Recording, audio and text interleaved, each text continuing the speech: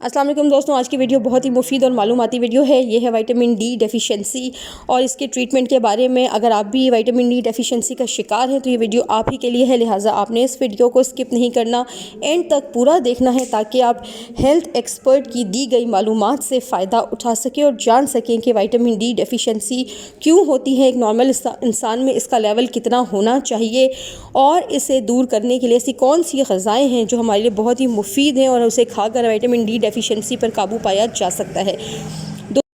Video आपके लिए कितनी मुफीद रही अपनी राय से ज़रूर आगाह कर दीजिएगा। दोस्तों, वीडियो पसंद आए तो उसे लाइक करें, चैनल को सब्सक्राइब करें और देखते हैं कि विटामिन डी आखिर है क्या, जिसकी वजह से जॉइंट पेन, मस्कुलर पेन, थकावट का एहसास, एंग्जाइटी, हेयर फॉल और ऐसी बहुत सी बीमारियों का शिकार आजकल सब लोग रहने लगे हैं और बड़ी जल्दी काम करते हुए थकावट भी महसूस होती है। सूरज की रोशनी से हासिल होने वाले विटामिन डी के बारे में मज़ीद मालूमात जानते हैं हम एक हेल्थ दुनिया में तकरीबन 1 अरब के करीब लोगों में विटामिन डी की डेफिशिएंसी है। विटामिन डी जिसे सनशाइन विटामिन भी कहा जाता है, तकरीबन 13% लोग पूरी दुनिया में विटामिन डी की डेफिशिएंसी का शिकार है। अब क्या फ़र्क पड़ता है अगर विटामिन डी की डेफिशिएंसी होती है किसी इंसान में? अगर आप में विटामिन डी की डेफिशिएंसी है तो आपकी लाइफ बहुत ही मिजरेबल हो जाएगी, बहुत सारे मसाइल आपके लिए पैदा हो जाएंगे अगर आपकी बॉडी में विटामिन डी की डेफिशिएंसी है। Let me give you an example. सबसे पहले आप में एनर्जी लेवल बहुत कम हो जाएगा, हर वक्त फटीग, हर वक्त थकावट, जोड़ों में दर्द, आर्थराइटिस, ऑस्टियोप्रोसिस, हड्डियां भुरना शुरू हो जाती हैं विटामिन डी की डेफिशिएंसी के साथ। इसके साथ साथ आपका बाल गिरना शुरू हो जाते हैं, आपका एनर्जी लेवल बहुत डाउन होता है, आप अपने ऑफिशियल मैटर्स, आप अपने जो सोशल मैटर्स हैं उनको बड़े अच्छे तरीके से परफॉर्म नहीं कर पाते। और घरेलू ख़वातीन जिन्होंने घरों में काम करना होता है, अपने बच्चों के मामला देखने हैं, उनमें एनर्जी लेवल बहुत डाउन हो जाता है, आपके बाल गिरना शुरू हो जाते हैं because of vitamin D deficiency. और इसके साथ साथ अगर किसी आदमी में विटामिन डी की डेफिशिएंसी है तो उसमें डिप्रेशन के चांसेस बहुत ज़्यादा हो जाते हैं, चूँकि एनर्जी लेवल बहुत डाउन होता है और बड़े अरसे तक जब वो परसिस्ट करता है तो उसमें डिप्रेशन की अलामत होना शुरू हो जाती है। डिप्रेशन होता है जब विटामिन डी की डेफिशिएंसी से, तो उसके साथ साथ आप में कार्डियक कॉम्प्लिकेशंस बहुत ज़्यादा होना शुरू हो जाती है। सो आपकी लाइफ इन टोटलिटी बहुत ही मिजरेबल हो जाती है अगर विटामिन डी की डेफिशिएंसी हो। अब विटामिन डी की डेफिशिएंसी होती क्यों है, ये बड़ा इंपॉर्टेंट अंडरस्टैंड करना, क्योंकि बहुत सारे जो विटामिन हैं वो बहुत सारी सब्जियों के अंदर और फलों के अंदर और दालों के अंदर और गोश्त में पाए जाते हैं, लेकिन विटामिन डी जो है it's a very selective vitamin. इसकी जो है फलों के अंदर और सब्जियों के अंदर बहुत ही रेयरली ये पाया जाता है। इसलिए अगर हम इसको प्रॉपर, अगर हम डाइट नहीं लेंगे जिसमें विटामिन डी मौजूद है, ऐसी फूड्स का हम इस्तेमाल नहीं करेंगे तो आपके अंदर विटामिन डी की डेफिशिएंसी होगी and you are prone to all these diseases जिसकी हमने बात की। सो इसलिए उन फूड्स का पता होना बड़ा लाजमी है। उससे पहले मैं ये भी चीज़ आपको बता दूं कि डेली एक इंसान को तकरीबन 600 इंटरनेशनल यूनिट विटामिन डी की ज़रूरत होती है एक दिन के अंदर।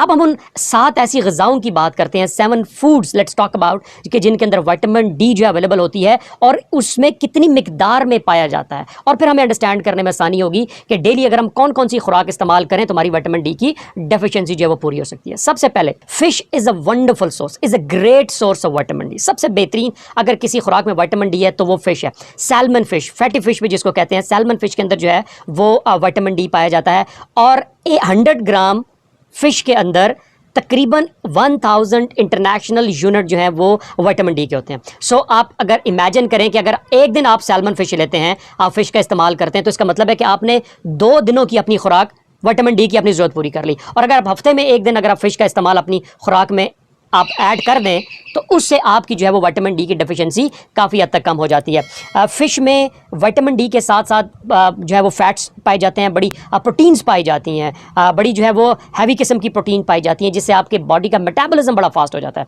और जिससे आपका जो है वो वेट रिडक्शन में भी है और इसके और भी बहुत ज़्यादा हेल्थ बेनिफिट्स हैं। लेकिन ऑन टॉप ऑफ दैट आपकी जो विटामिन डी की डेफिशिएंसी है वो फ़िश के इस्तेमाल से, सैल्मन फ़िश के इस्तेमाल से वो बहुत कम हो जाती है। दूसरी जो बड़ी ज़बरदस्त चीज़ है वो कॉड लिवर ऑयल है, जिसको मछली का तेल भी कहते हैं। मार्केट में इसके बहुत सारे ब्रांड्स हैं जो आपको ऑयल की प्रेजेंटेशन भी मिल जाता है जो सिर्फ और सिर्फ ऑयल है, और इसके अलावा बहुत सारी ऐसे कैप्सूल्स हैं जो फिश लिवर कैप्सूल्स के नाम से हैं, फिश कैप्सूल्स के नाम से मशहूर हैं। वो आप यूज़ करें तो आपकी 5 ml cod liver oil, fish oil के अंदर 5 ml जो तकरीबन 1 स्पून बनता है, उसमें तकरीबन 400 इंटरनेशनल यूनिट्स विटामिन डी के होते हैं। सो इसका मतलब ये है कि अगर आपने 5 ml आपने कॉड लिवर ऑयल का इस्तेमाल किया तो उससे आपकी एक 1 डे की तकरीबन कोई 80% आप अपनी नीड अपनी उससे पूरी कर सकते हैं विटामिन डी की। तीसरी जो बड़ी इंपॉर्टेंट चीज़ है और फूड है जिसमें विटामिन डी जो है वो कसरत से पाया जाता है वो है काउ मिल्क, दूध के अंदर गाय का दूध। और वो कहा जाता है कि अगर आप 1 गिलास गाय का दूध इस्तेमाल करते हैं डेली बेसिस के अंदर, तो उससे आपकी 20% विटामिन डी की जो डेफिशिएंसी है वो पूरी हो जाती है, क्योंकि 1 गिलास के अंदर तकरीबन 130 से 140 इंटरनेशनल यूनिट विटामिन डी पाया जाता है। सो इसको यूँ करें कि अगर आप डेली 5 ml या 1 कैप्सूल उसका फ़िश ऑयल का इस्तेमाल करें और साथ साथ आप जो है वो दूध का इस्तेमाल करें, गाय के दूध का 1 गिलास, तो आपकी जो है फुल डे की 600 इंटरनेशनल यूनिट आपकी रिक्वायरमेंट पूरी हो जाती है। 3 खुराक होगी। अब हम चौथा जो फूड है वो ये है कलेजी का। अगर आप इस्तेमाल करते हैं गाय का लिवर, अगर आप कलेजी का इस्तेमाल अपनी खुराक के अंदर बढ़ा देते हैं तो उससे आप जो है वो बहुत सारी अपनी विटामिन डी की डिफिशिएंसी जो है वो पूरी कर सकते हैं। और कलेजी again is a very good source of vitamin D और उसमें प्रोटीन्स वगैरह भी पाई जाती हैं। लेकिन एक चीज़ को आपने ख्याल रखना है कि कलेजी में यूरिक एसिड भी बहुत ज़्यादा होता है।